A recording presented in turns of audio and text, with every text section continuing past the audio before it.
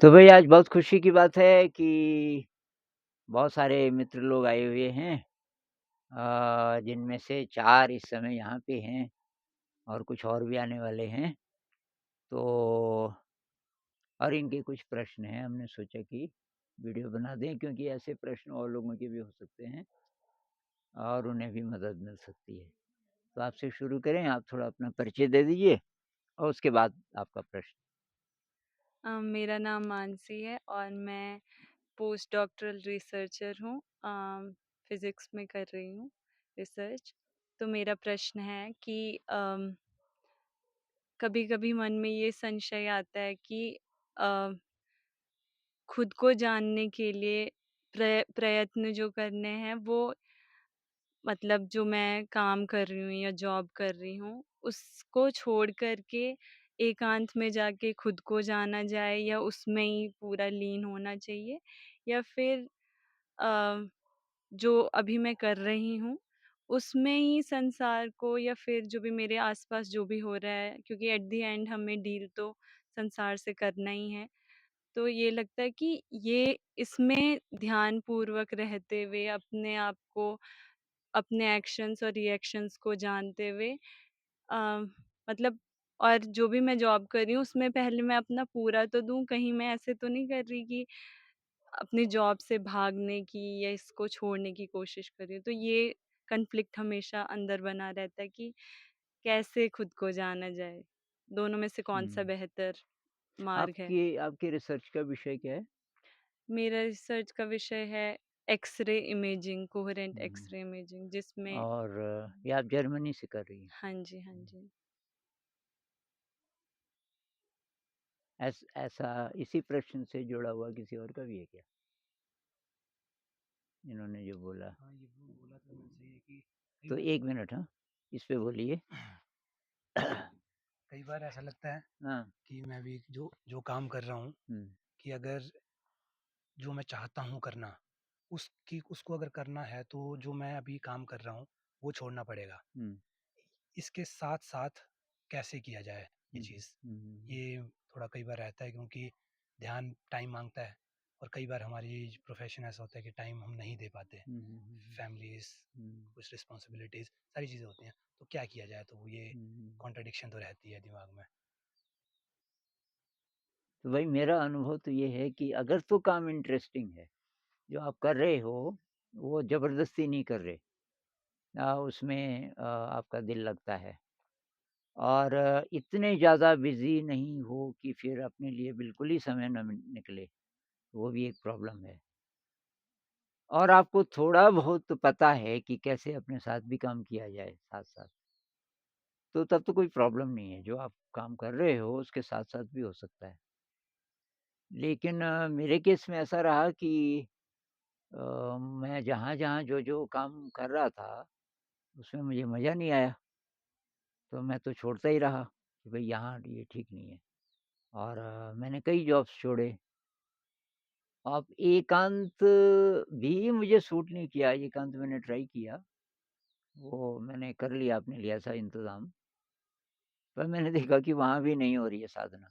जब मैं बिल्कुल ही एकांत में होता था तब मुझे क्रिएटिविटी चाहिए होती थी, कि मैं संगीत भी करूँ, मैं थोड़ा-सा टीचर्स के साथ काम करूँ जो मैं पहले करता था, मैं कुछ लिखूँ और तो कुल मिला के मेरे ख़्याल से अगर काम इंटरेस्टिंग है, तो उसके साथ साधना हो सकती है और आदमी बहुत बिज़ी ना हो जाए। दूसरी बात कि आपका जो असली लक्ष्य है वो अंदर का एक्सप्लोरेशन हो, क्योंकि बाहर का तो तब और अच्छा होगा। अगर हम अंदर को एक्सप्लोर कर रहे हैं, वो मेन है अगर, तो तब बाहर का काम आसान होता जाता है। कॉन्ट्रडिक्शन है यहाँ। कुछ लोग सोचते हैं कि आप अंदर ज़्यादा एनर्जी दोगे ध्यान वगैरह को तो आपके पास कम एनर्जी बचेगी बाहर के काम के लिए। एक्चुअली उल्टा है। आप जितना-जितना अपने को जानना शुरू करोगे, उतना इनसाइट्स ज़्यादा आते हैं, आपको थकान कम होती है। जो काम आप बहुत-बहुत देर में करते थे, वो आप जल्दी कर लोगे। आपकी अप्रोच बदलने लगती है पहले जिस अप्रोच से आप सोचते थे, अब आपकी अप्रोच कुछ ज़्यादा अच्छी हो जाती है। तो ये मेरा एक्सपीरियंस है कि अगर कबीर साहब कहते हैं ना, जब तक नाता जगत से तब तक भक्ति न होए। उनका मतलब ये नहीं कि जगत से भाग जाओ। नाता मतलब साइकोलॉजिकल डिपेंडेंस। अगर आपको दुनिया में अपना फ्यूचर दिख रहा है कि तब मैं ज़्यादा अच्छा इंसान हो जाऊँगा, जब ये होगा बाहर की दुनिया में, तो कहते हैं तब आप ये जो आध्यात्म की यात्रा है इसमें आगे नहीं बढ़ सकते। जब आपको बिल्कुल क्लियर पता है कि बाहर की जगत में एक्शन करेंगे, जो करना है वो करेंगे, लेकिन उससे मुझे कुछ मिलने वाला नहीं। वो ज़रूरत है तो करेंगे, जो भी ज़रूरत है। लेकिन ये जो अंदर की यात्रा है इसमें वो कहीं भी मदद करने वाला नहीं है। तो मतलब साइकोलॉजिकल डिपेंडेंस का मतलब जैसे मैं सोचूँ कि यार मुझे और लोग जानें बहुत ज़्यादा, मेरा ज़रा नाम हो, मेरे बारे में लोग बातचीत करें, तो तब मैं ज़रा बेहतर इंसान बन जाऊँगा। ये है डिपेंडेंस जगत पे। या मैं सोचूँ कि यार मैं क्या पहनूँ ताकि मैं ज़्यादा स्मार्ट लगूँ, ये डिपेंडेंस है। स्मार्ट जब मतलब दूसरे बोलेंगे तब हो आप, और नहीं बोलें तो अगर दूसरे ये बोलें तो तब ये वाली भी डिपेंडेंस हुई ना तब कि भई ना बोलें तो तब डर लगेगा, अगर दुनिया बोलेगी तो ऐसे ही है। तो कबीर साहब बोलते हैं कि जब ये क्लैरिटी आपको आ जाए कि मुझे दुनिया से साइकोलॉजिकली कुछ नहीं चाहिए, फिज़िकली चाहिए, रोटी चाहिए, कपड़ा चाहिए, मकान चाहिए, बस नाम नहीं चाहिए, वो साइकोलॉजिकल है। नाम नहीं चाहिए, अथॉरिटी नहीं चाहिए, अ, मेरी कीमत बढ़ जाएगी अगर मैं दुनिया में ये करूँ, तो ये साइकोलॉजिकल है। साइकोलॉजिकली आप फ्री हो गए, नाता तोड़े, साइकोलॉजिकल नाता आपने तोड़ दिया जगत से। अब हरि भजे, तो तब आप सच्चे साधक हो।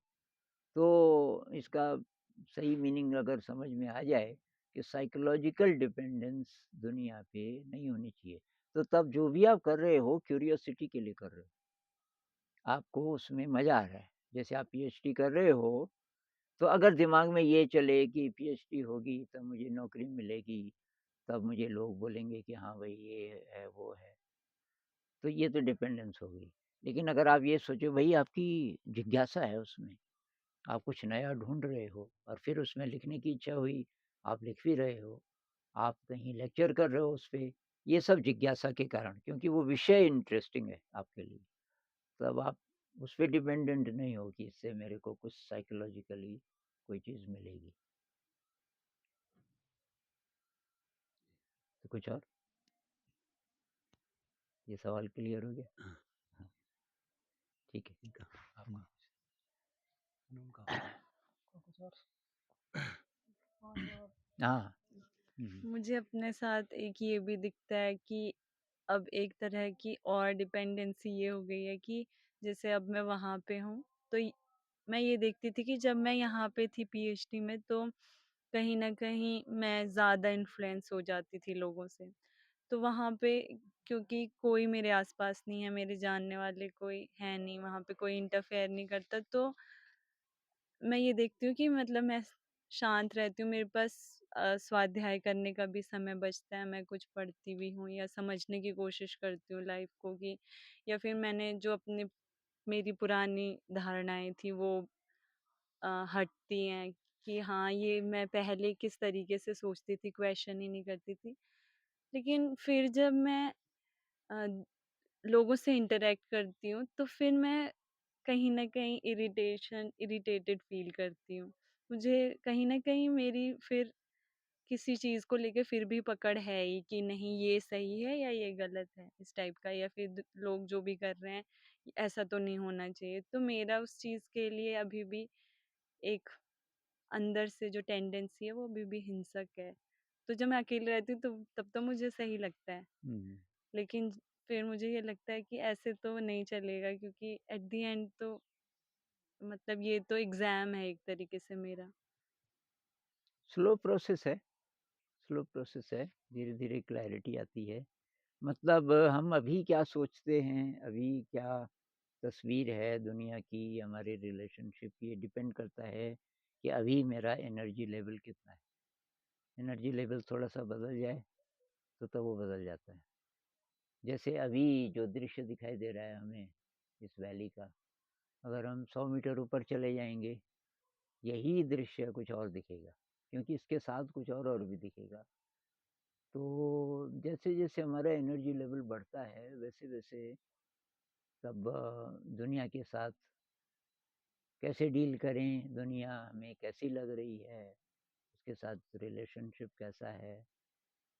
ये जैसे पहले मेरे साथ भी था, कुछ इनजस्टिस हो रहा है, किसी की हिम्मत नहीं हो रही बोलने की, तो मेरे को उकसाते थे, उनको पता होता था ये चला जाएगा, खतरनाक जगह है, नहीं बोलना, मैं वहाँ चला जाता था, बड़ी-बड़ी मीटिंग्स में। और उससे तब काफ़ी तोड़-फोड़ होती थी, मतलब काफ़ी गड़बड़ हो जाती थी। तो एक लेवल पे मुझे अच्छा लगता था, मैंने कुछ किया, लेकिन उससे उसमें एक प्रकार की आक्रामकता भी थी फिर। वो शांत तरीका नहीं था। अब मैं देखता हूँ भाई गड़बड़ हो रही है, तो बोलने की ज़रूरत है, उससे कुछ भला होगा। एक तो ये है कि आप एहसास करा दो कि भाई तुम लोग गलत कर रहे हो, गड़बड़। उससे वो सुधरेंगे कि नहीं सुधरेंगे, तो फिर क्यों बोल रहे हैं? वो होने दें। गड़बड़ हो रही है पर आप कुछ नहीं कर सकते।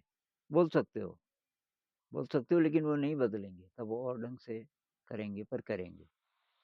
तो इसलिए मुझे लगा कि शॉर्टकट ये है कि आप तभी बोलो, तभी कुछ एक्शन करो जबकि आपको लगे कि कुछ चेंज आएगा। और ऐसा नहीं है तो तब हो सके तो कूल रहिए। कूल रहने के लिए भी ज़रा टाइम लगता है, क्योंकि तो दिमाग रिएक्ट करता है ना पहले तो। पता नहीं आपके सवाल का जवाब है कि नहीं है। लेकिन ये बेसिकली ये कि हमारा एनर्जी लेवल जितना-जितना बढ़ेगा, उतना क्लैरिटी आएगी ज़िंदगी में और हमारा रिलेशनशिप जगत से बदलना शुरू होगा। तो मैं यहाँ भी देख रहा हूँ, पहले मैं बहुत ही ज़्यादा इंटॉलरेंट था, मतलब कि जैसे फ़ोन यूज़ करते हैं, उस ज़माने में थे नहीं स्मार्टफ़ोन, पर जब ये आए नए-नए फ़ोन आए, तो मैं इनके पीछे पड़ा रहता था, तुम फ़ोन पे बहुत ज़्यादा टाइम लगा रहे हो, किससे बात कर रहे हो? क्यों कर रहे हो फालतू में? पढ़ाई करो। अब मैं कुछ नहीं बोलता। अब मैं सिर्फ़ बोलता हूँ भाई रात को यूज़ मत करो, क्योंकि रात को कोई और भी तुमसे तुम्हारा नंबर कहीं चला जाएगा, कोई और बात करेगा, ख़ासकर लड़कियों से। एक लड़की ने मुझे बताया वो अपना फ़ोन रखने लग गई मेरे कमरे में रात को। मैंने कहा क्या हुआ? कोई परेशान करता है। तो तब हमने नियम बनाया कि भई रात को फ़ोन मत रखो अपने पास। उसके अलावा अब मैं कुछ नहीं बोलता इनको। मैं अब फिर भी याद दिला देता हूँ कि भई आज से कुछ साल बाद अगर तुम बोलोगे कि सर जी ने कुछ नहीं बोला, वो तो डाँट सकते थे। कोई-कोई बोलते हैं जो यहाँ से गए कि उस समय आपने तो बोला नहीं। मैंने कहा यार तो सुना भी तो नहीं तुमने। पर अब इनको मैंने कहा भई मैं कुछ नहीं बोलूँगा। अब आप ही ज़िम्मेदार हो, मैं कब तक बोलूँ? तो वही बात एनर्जी लेवल। और अब मैंने कहा भई मैं ज़्यादा टाइम खुद को देना चाहता हूँ। मैं प्रार्थना करूँगा अब तुम्हारे लिए, डायरेक्ट एक्शन नहीं लूँगा कुछ, क्योंकि उसका गलत असर भी पड़ सकता है। तो मेरे साथ तो अभी ऐसा चल रहा है। तो आप थोड़ा-सा परिचय दे दीजिए। वैसे तो हमने बात पहले भी बातचीत की थी, पर वो दूसरे वीडियो में की थी। तो अच्छा। इसमें आप बैठे हैं तो लोग बोलेंगे कौन है? हुँ। मेरा नाम दिशव है, मैं आगरा से हूँ। मेरा नाम संदीप है और मैं हरियाणा से हूँ। और बाकी आपकी मैं वीडियो देखता रहा हूँ यूट्यूब पे और काफ़ी कुछ सीखा है। तो लास्ट टाइम 2 दिन से मैं आज 2 दिन हो गया तो यहाँ पे हूँ और काफ़ी सवाल भी किए हैं हुँ, जिनके मुझे जवाब भी मिले हैं हुँ। और उनको मैं फॉलो भी करूँगा अपनी। ऋषभ जी 2 बार पहले भी आ चुके हैं, इसलिए इन्होंने बहुत कम बोला। क्योंकि इनके बारे में आप जानते होंगे, पुराने वीडियोज़ भी हैं और शिविर के वीडियोज़ भी हैं जिसमें कि इन्होंने बोला था। मेरा नाम दीपक है और मैं हिमाचल से हूँ बेसिकली, और चंडीगढ़ रहता हूँ, चंडीगढ़ से आया हूँ। तो यहाँ पे मेरे को 2 दिन हो गए हैं। तो मैं ऋषिकेश घूमने आया था अभी 1 महीने पहले, आपकी वीडियोज़ देखना शुरू किया था। तो काफ़ी टाइम से मेडिटेशन की ट्राई कर रहा था कि ध्यान करना है, लेकिन इंटरनेट पे देखता रहता था काफ़ी टाइम से, लेकिन ध्यान का मतलब उतना ज़्यादा वो बन नहीं पाता था।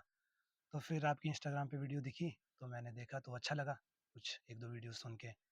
और उसके बाद फिर ये पता चला मेरे को कि यहाँ पे स्कूल भी है और आप स्कूल में एक अपना चला रहे हैं एक अलग अध्यात्म और शिक्षा 2 चीज़ों को मिला के। तो सोशल बैकग्राउंड से हूँ, तो मेरे को ये भी था कि यहाँ पे कुछ नया सीखने को मिलेगा और मेडिटेशन भी होगी। तो मैं ऋषिकेश घूमने आया था, आपसे बात हुई, आपने कहा आ जाओ बात करते हैं।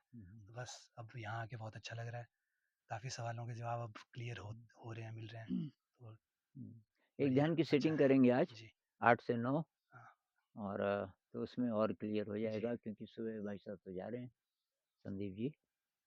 तो आशा है कि इस सेटिंग में और ज़्यादा समझ आ जाएगा आपको। ठीक है, तो आप सबको बहुत-बहुत धन्यवाद धन्यवाद गुरुजी। और अब चलते हैं, सनसेट भी हो गया।